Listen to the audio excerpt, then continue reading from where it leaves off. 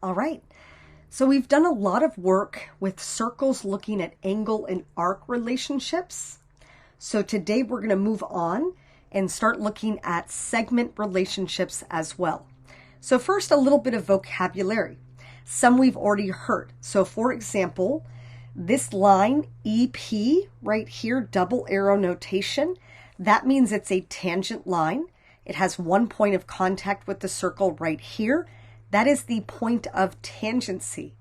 So if we connect that point of tangency to a point that's in the exterior of the circle, so here to here, we call that a tangent segment.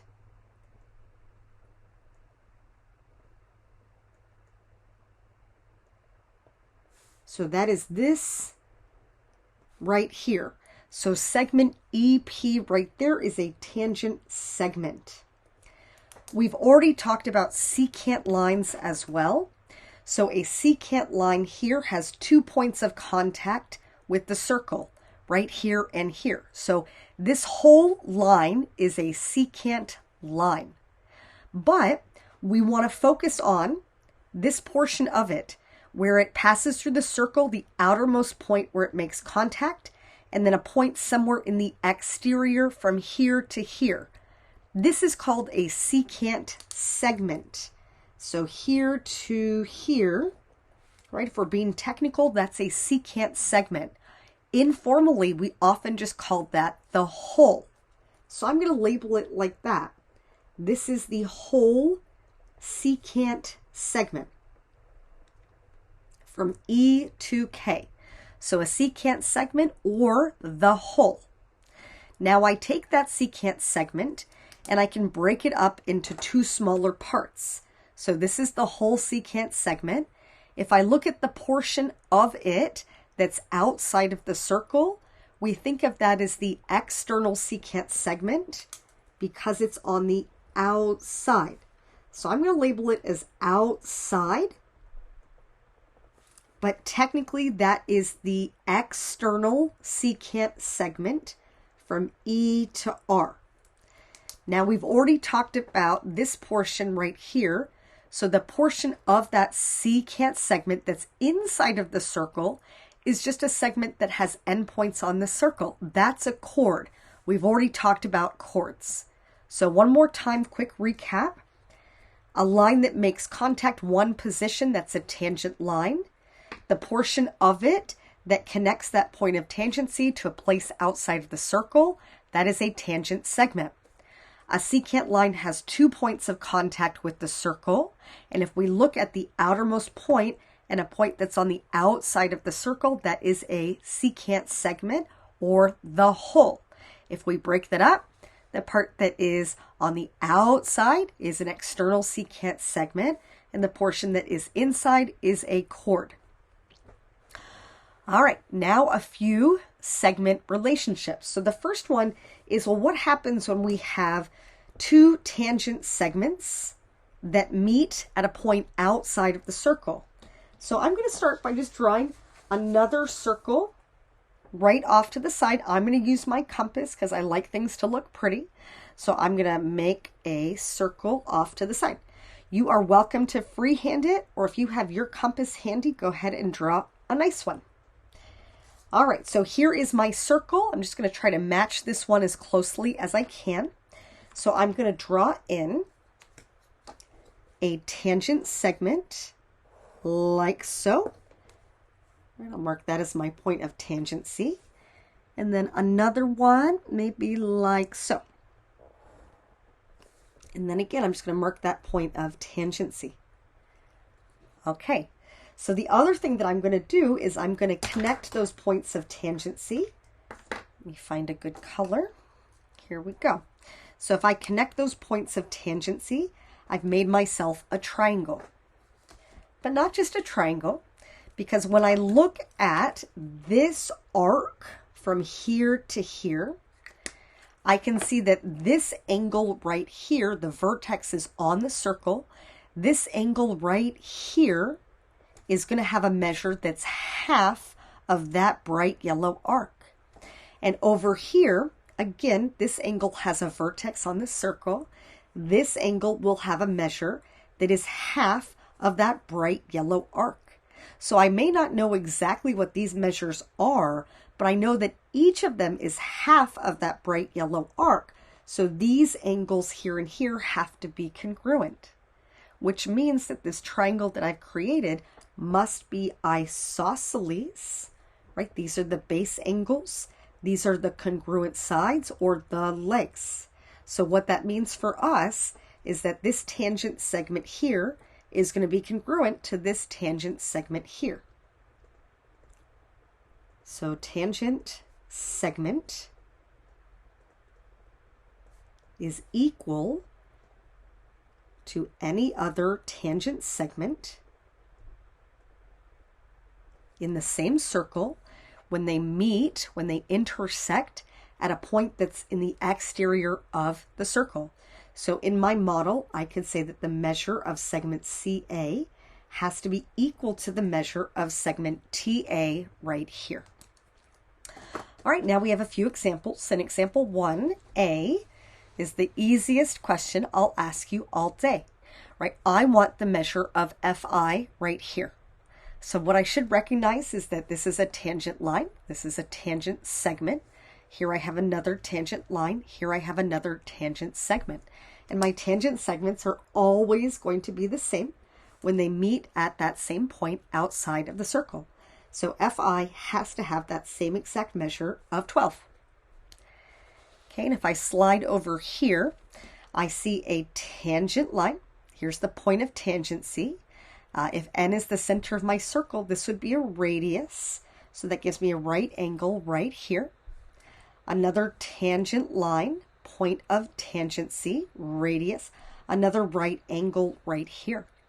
So I can see that each of these right triangles, they're really special. They are 30, 60, 90 triangles. We see a lot of these embedded into our problem sets. So if I sketch one off to the side, let me relabel the 30 and the 60. We should know that opposite the 30 is our short leg, x. Opposite the 60 is our longer leg, the x root 3.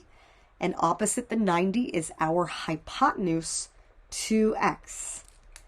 So if I start you off with the short leg 12, right, here's the 12, then the longer leg would be 12 root 3, and the hypotenuse would be 24. So if I add that to my picture, I'd have a 12 root 3 here and a 24 here. For this triangle here, right, it's congruent to this one. So here I have a 12, and here I have a 12 root 3. And then what did I ask for? I wanted RA ultimately, so that measure is 12 root 3. All right, let's flip over and look at the back. Let's look at the two secant segment relationship next. All right, so two secant segments. So looking at my diagram, I can see that I have a line right here that has 2 points of contact with the circle, and a line right here that has 2 points of contact with the circle. So I'm going to do the same thing. I'm going to draw myself another one off to the side. So another circle. And I want to really delve deep as to why we get this new relationship. So here's my circle. I'm going to draw in two secant segments.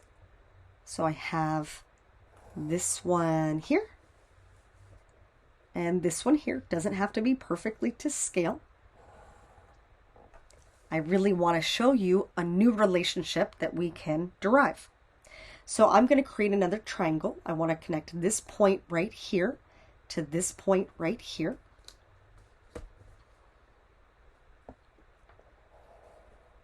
So I'm making that triangle. I'm going to sketch that off to the side.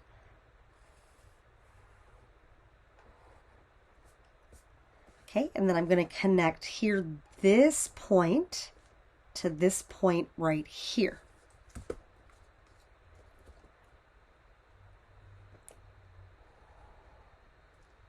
Okay, and if I sketch that triangle out to the side, that is what it looks like roughly. Okay, so now what I want to show you, if I go back to the original one, over here, this from here to here is the whole secant segment, and here to here is the outside portion, and down below, here to here is the whole secant segment, and from here to here, right here to here is the outside portion. Okay, if you look at those two triangles that I had you draw, so this triangle, that's this one right here, and then this triangle, that's this one right here. These two triangles, they're similar, and they're similar because they share this same angle right there. Right, so that angle is the same as this angle, right? That's the reflexive property, right? This angle right there is the same angle as this angle here for the second triangle. And we can also see that this angle right here, this inscribed angle, has this intercepted arc. So this angle would be half of this arc right here. And this angle right here, it has the same intercepted arc. It's also half of it. So I know that the angle here will be the same as the angle here. They will be congruent. So I can add that to my triangles that are split apart. Okay, so should be able to see that those triangles, they are similar by angle. Let me add that to the side. So triangles are similar by angle. Okay, so now looking at their corresponding parts. So up here, right, this is the whole side of the first one. So I'll say whole for the first one. Okay, and that is right here. That's the whole for the first one. Okay, I can see that for the second one, here to here, this would be the whole for the second one, and that's this side right here.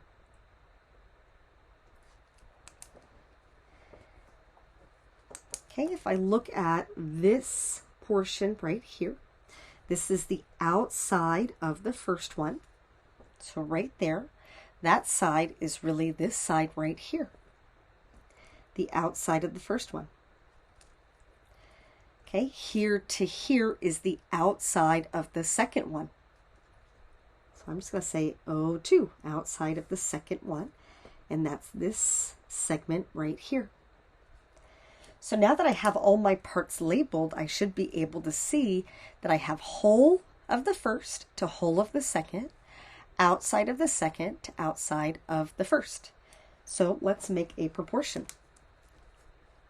So whole of the first to whole of the second equals outside of the second to outside of the first. So again, whole of the first, whole of the second, outside of the second, outside of the first. There is my proportion. And if I cross multiply here, whole of the first times outside of the first equals whole of the second times outside of the second. And then more commonly, though, we just keep it simple. Whole times outside equals whole times outside. So that's our new relationship when it's two secant segments. And again, it's really derived by the fact that we've created these similar triangles, right? They're similar by angle. And we can see how the corresponding parts align. We cross multiply, we get this new relationship. So now we're going to use it. So here in example 2, I'm saying, well, let's find each indicated each indicated segment measure. So here in the first one, I'm saying, what is RP? So if I look at RP, I see RP is right here. So whatever I'm solving for, I'm going to call that X. That is my X. Okay, and then my structure here is to go whole times outside equals whole times the outside. So here I have the whole times the outside. So I have X times 8 equals the whole here 18, outside is 5. So now I have 8x equals 90 divide the 8 away from each side, reduce it down, right? That's 45 over 4. So I could leave that then as 11 1/4. Or if you said 11.25, I'm going to say that's perfectly fine. No problem. Okay, next example. So here I'm saying solve for FG. Let me mark that and call that X. All right, so here I know again it's going to be whole times outside equals whole times outside. So if I look at the one on top, right, the whole part, I really need to add up the 10 and the 8 to get 18. So the whole is 18, the outside is 8. So I have 18 times 8 equals. The whole here is 16, the outside is X. So I have 16 times X. So now 144 is equal to 16X. Divide out that 16, and we end up with X equals 9. So FG has a measure of 9. All right, 2 more. And these last 2 have a little bit more algebra embedded inside. Okay, let me zoom out just a smidge. All right.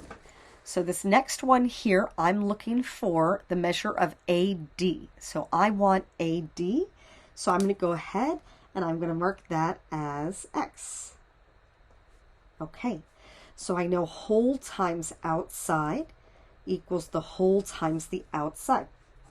So over here, the whole is 12. The outside is 3. So I have 12 times 3 equals. Well, the whole here really is the sum of X and 5. So X plus 5 is the whole, and the outside is X. So if I multiply this out, I have 36 equals, and then I distribute that X over X plus 5. So X squared plus 5X. So should recognize that this is a quadratic equation. I need to have my equation set equal to 0. So I'll subtract that 36 from each side. 0 equals X squared plus 5X minus 36. So now I need to factor this. And what I'm looking for is a product of negative 36 and a sum of 5. So my 2 numbers have to be 9 and negative 4. So when I factor this, I get X plus 9 in parentheses times X minus 4. So when I set each factor equal to 0 and solve, I could get a solution at negative 9 or positive 4. But I can't have a measure here that's negative. So that one is out. Even though I could solve for it, when we plug it back in, it doesn't actually work. The only solution that works is 4. So AD right here has a measure of 4. All right, one last one right here.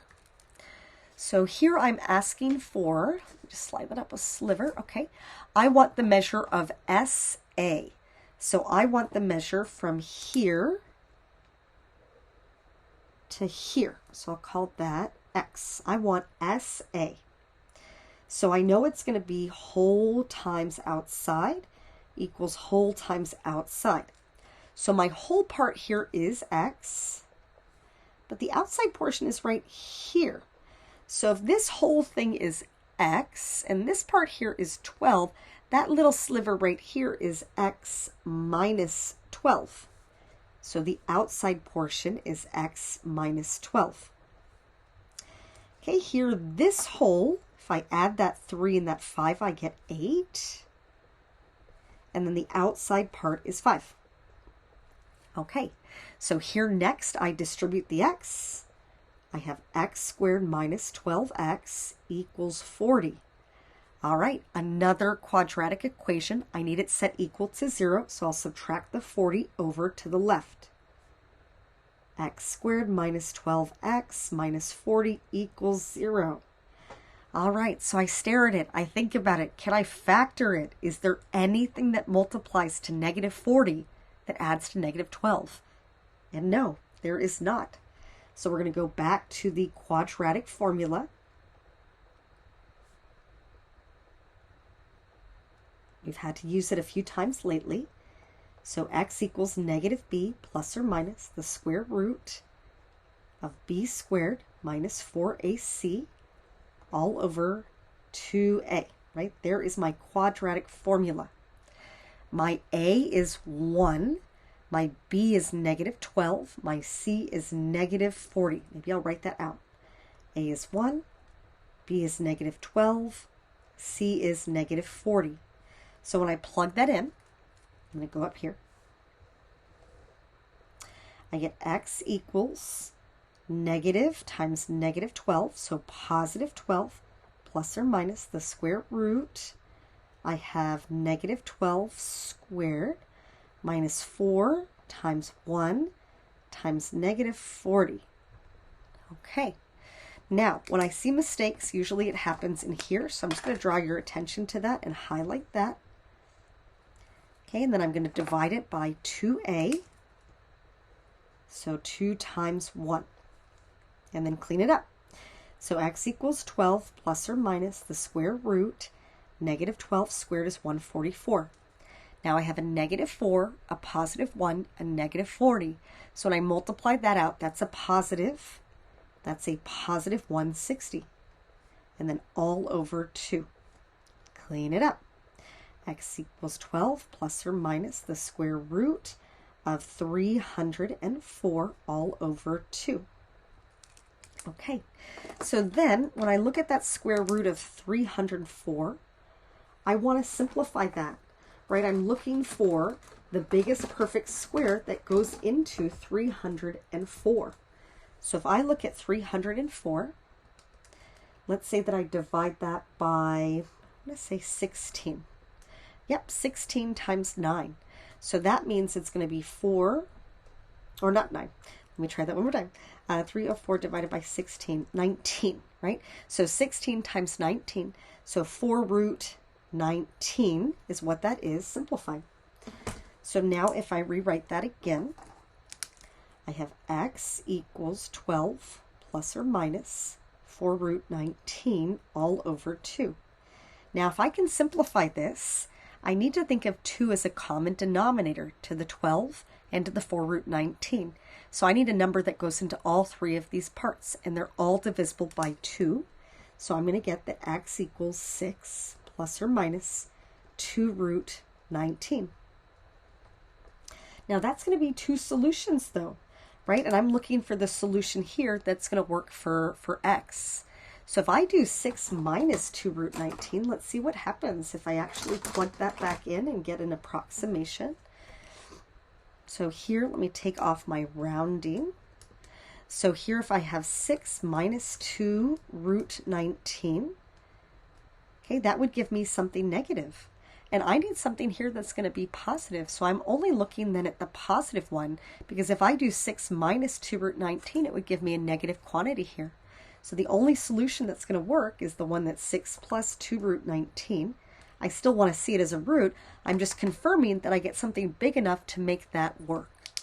So over here as a root, I'd say 6 plus 2 root 19 for my final solution. All right, that's all I have for today. Have a good rest of your day.